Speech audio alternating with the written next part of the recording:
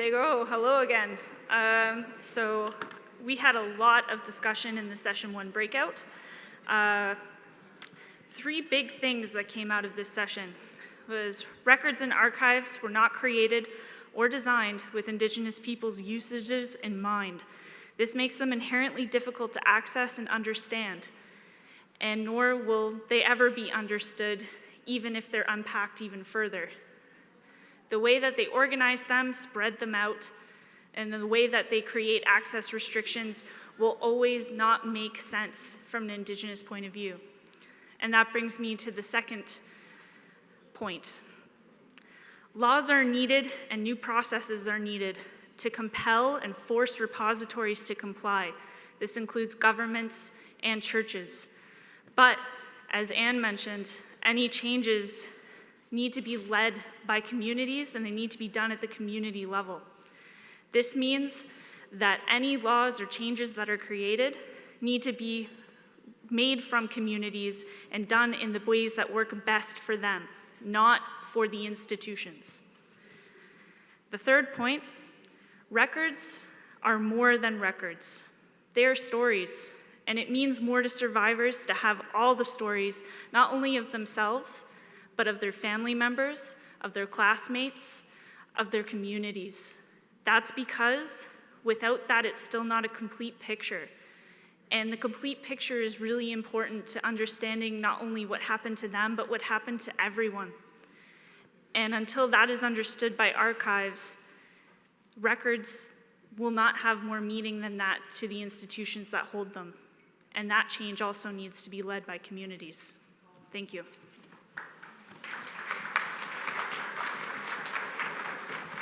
Thank you, and just for clarity, session 1 was what records are available and how to access. And session 2 is designing an archival research project.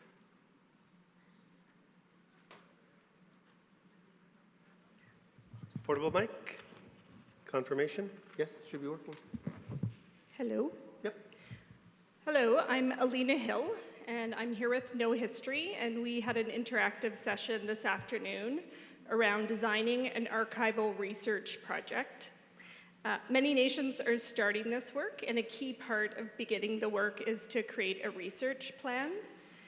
You would have received this, it's called Introduction to Designing and Conducting an Archival Research Project. This booklet was in the registration kits. And at the workshop, we also shared a workbook with some practical tips for creating a research plan. A research plan will say something about who you are and what your research goals are. So that is, what information are you looking for? For example, are you looking at researching a particular school or multiple schools in an area? The research goal will also look at how you will use your research. So for example, are you planning to create a commemorative exhibit? So looking at how you'll use your research. We also talked about how to look for documents and organize data. A research plan is something that you can bring to your community for discussion. So you might want to have discussion with advisory boards or others in your community. You can also use it to help stay on the same page with researchers on your project or with other organizations you're working with. A research plan can help you to get access to records or funds. You may need to be flexible on your research journey, but it is helpful to have your goals laid out in a plan. And finally, No History will be in the same space tomorrow up on the 3rd floor, and we're gonna have team members there if you wanna sit with somebody and talk in more detail about your work plan, your research goals, search keywords or tags. People will be up there if you're interested in talking to them. Thanks.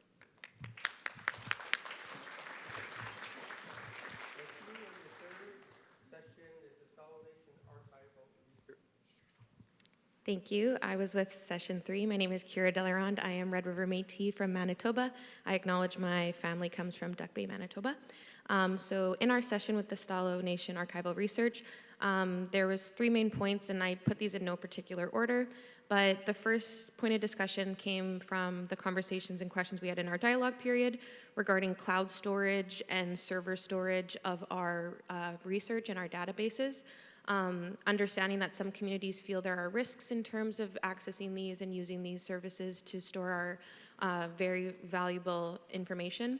But we had an individual in the room share that there is certain protocols you can follow in terms of ensuring that the servers you use are Canada-based.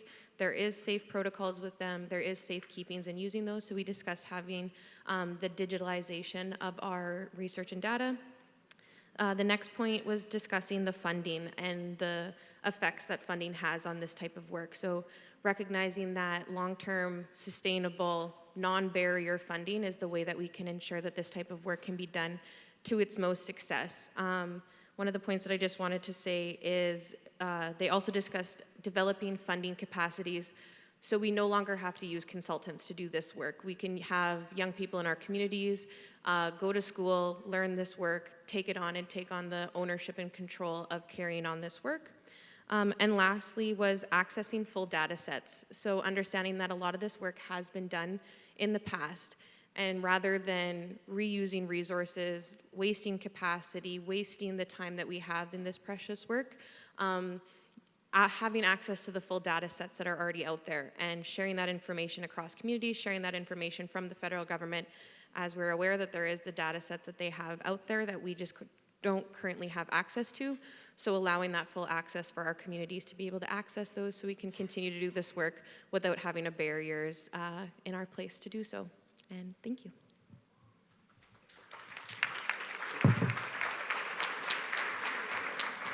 Thank you so much for those very quick summaries.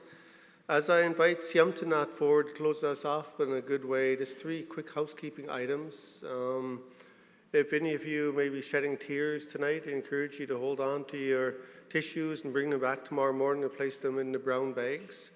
There will be a fire lit from 10 to 3 tomorrow, opportunity for you to provide some offerings and whatnot, and the tissues will be taken care of then as well over the course of the day. And thirdly, for the chair here, acknowledging the empty chair. When it started, it was, from the picture I seen, a chair very much similar to what you're sitting on, with a blanket over it. And somebody came and gifted the process with a child-sized chair. And then somebody gifted with a child-sized blanket, child-sized muckalucks, a child-sized rattle. So if any of you are thinking about the chair in that manner, feel free to follow the spirit and find something to gift. Otherwise, gifting tobacco to sage, what we typically do spiritually, is fine too. Just have the feeling that some of you might be wondering about the chair and how it is that you might gift it. And you might have noticed at the end of last night, at the end of the ceremony before we started last night, Squamish gifted the chair with that Coast Salish weaving there too. So I just want to acknowledge Squamish people for doing that, our relatives. So with that, I'll turn it over to Siamtanat, and then we're done for the tonight, and I'll see you back here at 7:30 for breakfast and 8:30 start time. Siamtanat, Siam.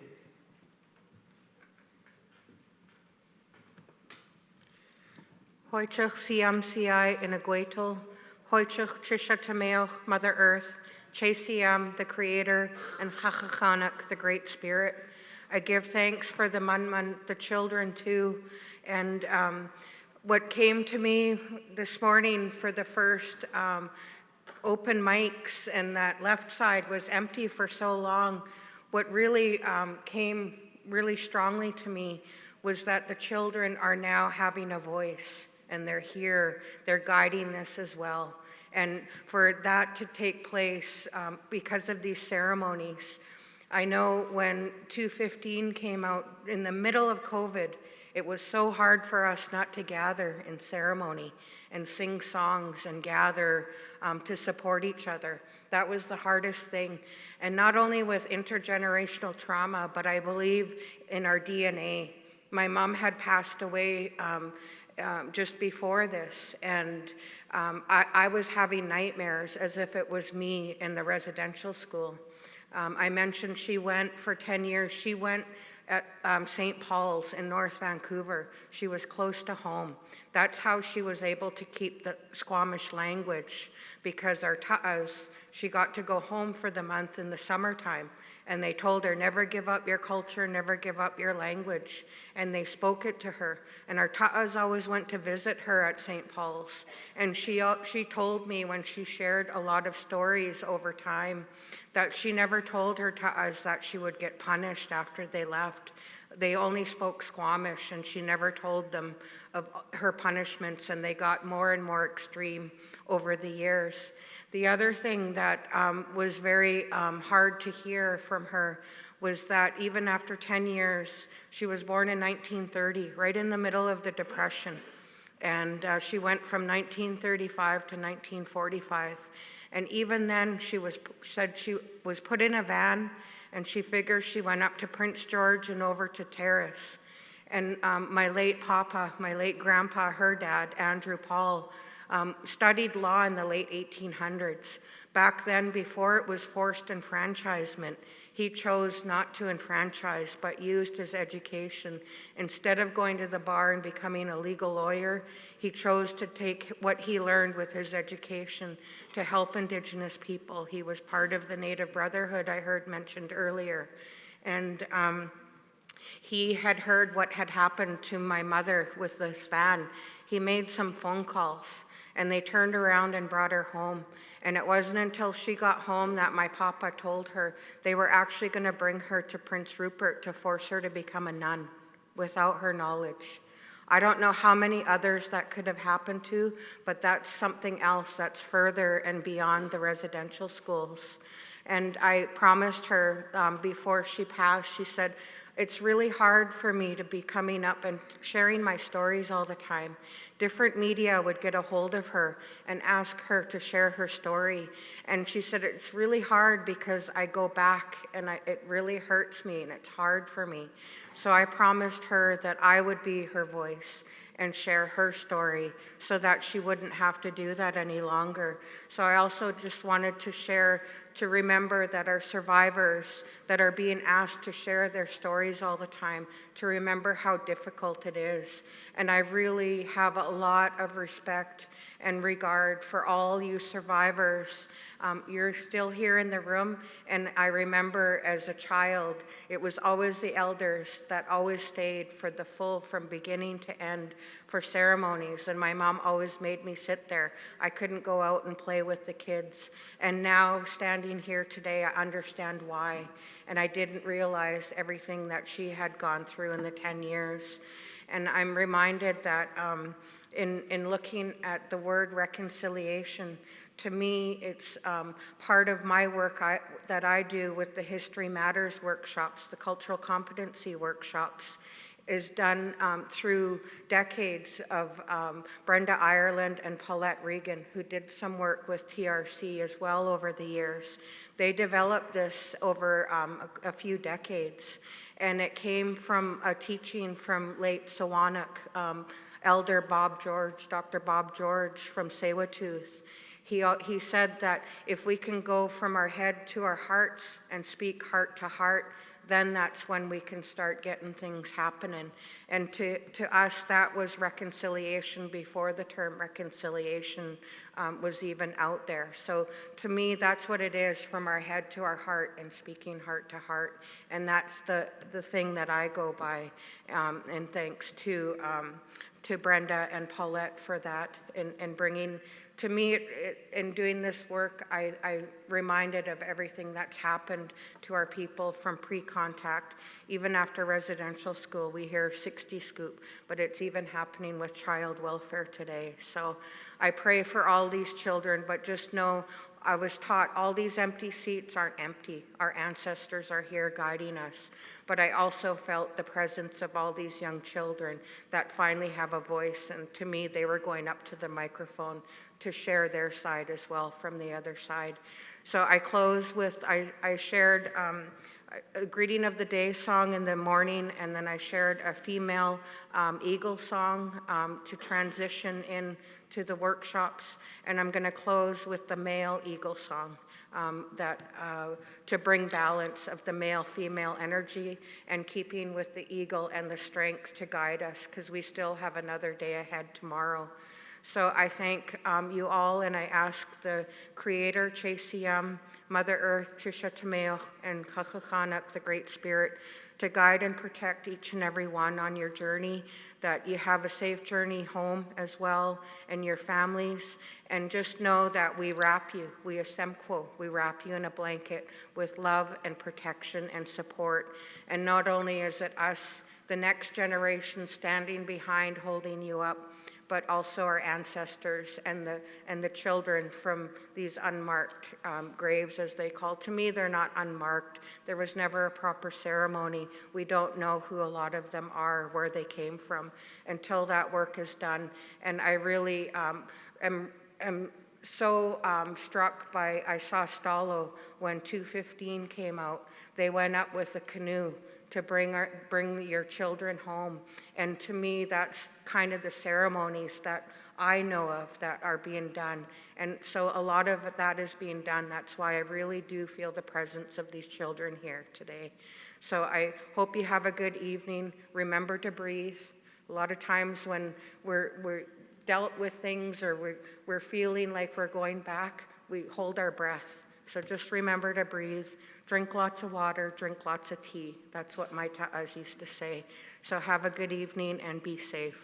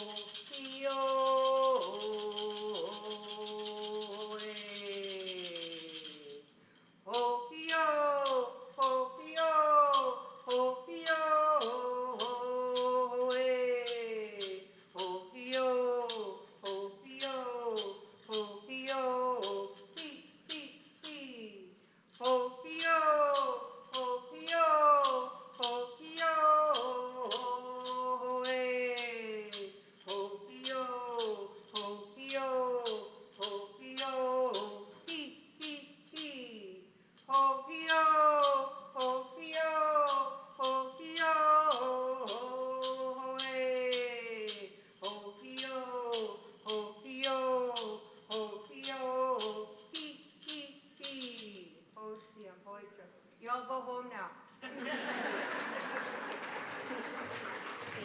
Thank you.